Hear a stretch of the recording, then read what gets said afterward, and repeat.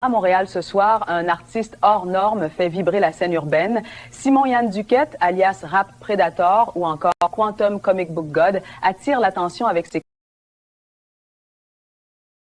DRAGONQUASAR Oméga.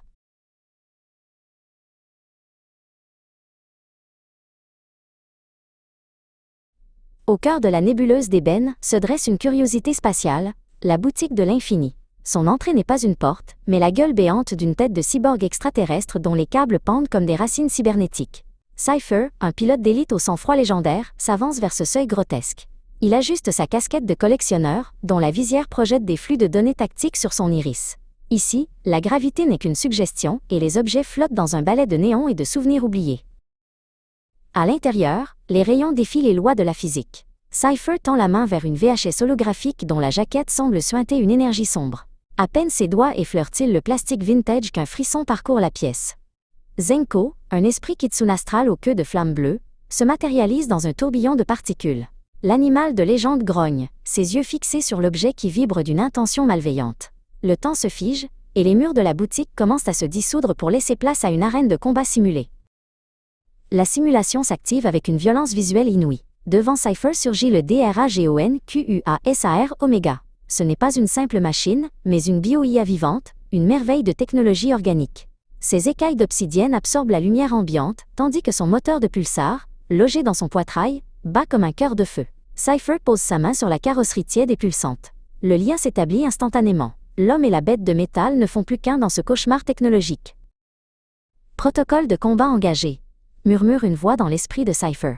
En un éclair, sa tenue de combat en nanoparticules se déploie sur son corps, formant une armure noire et chromée d'une finesse absolue. Dracor, son petit familier fusionné, mélange gracieux de dragon et de griffon, vient se percher sur son épaule.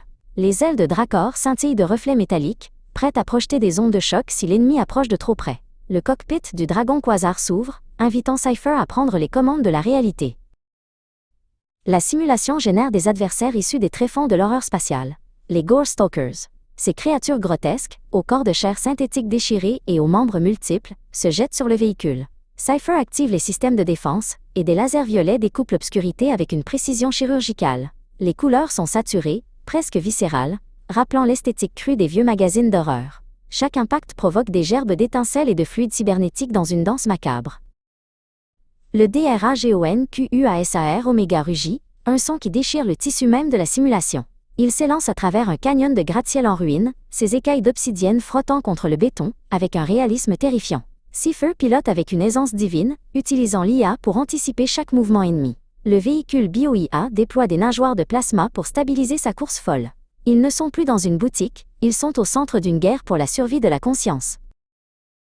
Soudain, un mur de métal colossal bloque leur progression, gardé par un titan d'acier. Cypher sourit et active l'ultime recours. Dans un fracas de tonnerre binaire, Kuro Z, le robot de combat super ninja hyper géant, est déployé depuis la stratosphère de la simulation. Sa silhouette noire et élancée domine l'horizon. D'un geste fluide, Kuro Z dégaine 2 katanas d'énergie pure, prêts à trancher l'obstacle titanesque qui se dresse devant son maître.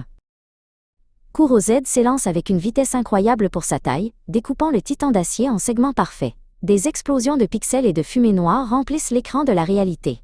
Cypher, observant le carnage depuis le cockpit du dragon quasar, coordonne l'attaque. Il pointe le doigt vers le noyau de l'ennemi, et Kuro Z exécute une botte secrète, une tornade d'acier qui réduit tout en poussière stellaire. La puissance de feu est telle que la simulation commence à vaciller, incapable de contenir une telle énergie.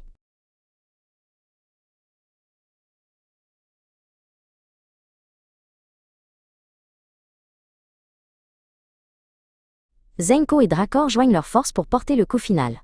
Le kitsune astral projette une vague de feu bleu tandis que le petit dragon griffon canalise l'énergie du pulsar pour créer une sphère de destruction pure. L'alliance du mystique et du technologique crée une réaction en chaîne magnifique et effrayante. Le ciel de la simulation se fissure comme du verre, révélant les rouages d'un univers complexe et sophistiqué. Tout n'est que lumière, chaos et beauté brute.